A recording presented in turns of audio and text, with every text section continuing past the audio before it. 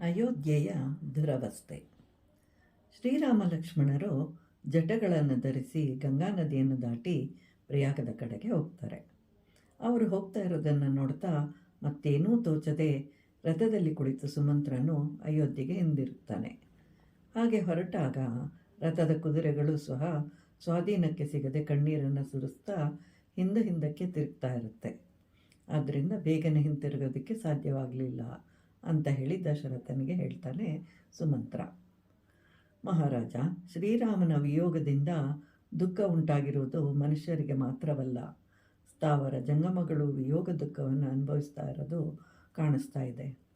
ಮರ ಬಳ್ಳಿಗಳು ಪುಷ್ಪಗಳಿಂದಲೂ ಚಿಗುರೆಲೆಗಳಿಂದಲೂ ಮೊಗ್ಗುಗಳಿಂದಲೂ ಸಮಾವೃತವಾಗಿದ್ದರೂ ರಾಮ ವಿಯೋಗದ ದುಃಖದಿಂದ ಬಾಡಿ ಹೋಗಿವೆ.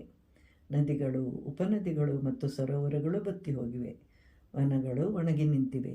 ಅರಣ್ಯದಲ್ಲಿರುವ ಪ್ರಾಣಿಗಳು ಆಹಾರಕ್ಕಾದರೂ ಸಂಚಾರವನ್ನು ಮಾಡ್ತಾ ಇಲ್ಲ. ಪಕ್ಷಿಗಳು ಧ್ವನಿಗಳನ್ನು ಮಾಡ್ತಾ ಇಲ್ಲ. ಆದ್ದರಿಂದ ಅರಣ್ಯವು ನಿಶ್ಶಬ್ದವಾಗಿದೆ. ಸರೋವರದಲ್ಲಿನ ಪದ್ಮಗಳು ಬಾಡಿ ಹೋಗಿವೆ. ಪತ್ರಗಳು ನೀರಿನಲ್ಲಿಯೇ ಅಡಗಿ ಹೋಗಿವೆ. ನೀರು ಮಲಿನವಾಗಿದೆ. ಮೀನುಗಳು, ಹಂಸ, ಕಾರಂಡ, ಪಕ್ಷಿಗಳು ರಾಮವಿಯೋಗ ದುಃಖದಿಂದ ಕಂಗೆಟ್ಟು ಎಲ್ಲಿಯೋ ಅಡಗಿಕೊಂಡಿವೆ. ಜಾಜಿ, ಚಂಪಕ, ಪನ್ನಾಗವೆ ಮುಂತಾದ ಹೂಗಳಲ್ಲಿ ಹಿಂದಿನಂತೆ ಹೆಚ್ಚು ವಾಸನೆ ಇಲ್ಲ. ಫಲಗಳು ಯಥೇಚ್ಛವಾಗಿ ಸಿಕ್ಕುತ್ತಿಲ್ಲ. ಕ್ರೀಡಾಯೋಗ್ಯವಾದ ಉದ್ಯಾನವನಗಳು ಶೂನ್ಯವಾಗಿ ಕಾಣ್ತಾ ಇದೆ. ಶುಕ, ಪಿಕ ಮುಂತಾದ ಪಕ್ಷಿಗಳು ರಾಮನ ನಿರ್ಗಮನದಿಂದ ದುಃಖದಿಂದ ಕಂಗೆಟ್ಟು ಗೂಡುಗಳಲ್ಲಿ ಕುಳಿತಿವೆ. ಕೈದೋಟಗಳು ಅಂದವಾಗಿ ಕಾಣಿಸ್ತಾ ಇಲ್ಲ. ಹೀಗೆ ಸ್ಥಾವರ ಜಂಗಮಗಳೆಲ್ಲವೂ ತಮ್ಮ ದುಃಖವನ್ನು ವ್ಯಕ್ತಪಡಿಸ್ತಾ ಇದ್ದೆ.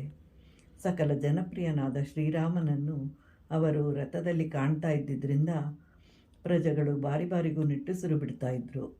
ರಾಜರಥದಲ್ಲಿ ರಾಮನನ್ನು ಕಾಣದೆ ಸೌಧಗಳಲ್ಲಿಯೂ ಉಪ್ಪರಿಗೆಗಳಲ್ಲಿಯೂ ಭವನಗಳಲ್ಲಿ ಕುಳಿತಿದ್ದ ಅಯೋಧ್ಯ ಪಟ್ಟಣದ ಸ್ತ್ರೀಯರು ಶೋಕದಿಂದ ಪೀಡಿತರಾಗಿ ಹಾಹಾಕಾರಗಳನ್ನು ಮಾಡ್ತಾಯಿದ್ರು.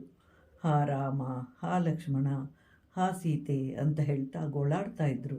ಕಣ್ಣುಗಳಲ್ಲಿ ನೀರನ್ನು ತುಂಬಿಕೊಂಡಿದ್ದರಿಂದ ಸಮೀಪದಲ್ಲಿದ್ದವರು ಅವರಿಗೆ ಸ್ಪಷ್ಟವಾಗಿ ಕಾಣಿಸ್ತಾ ಇರಲಿಲ್ಲ.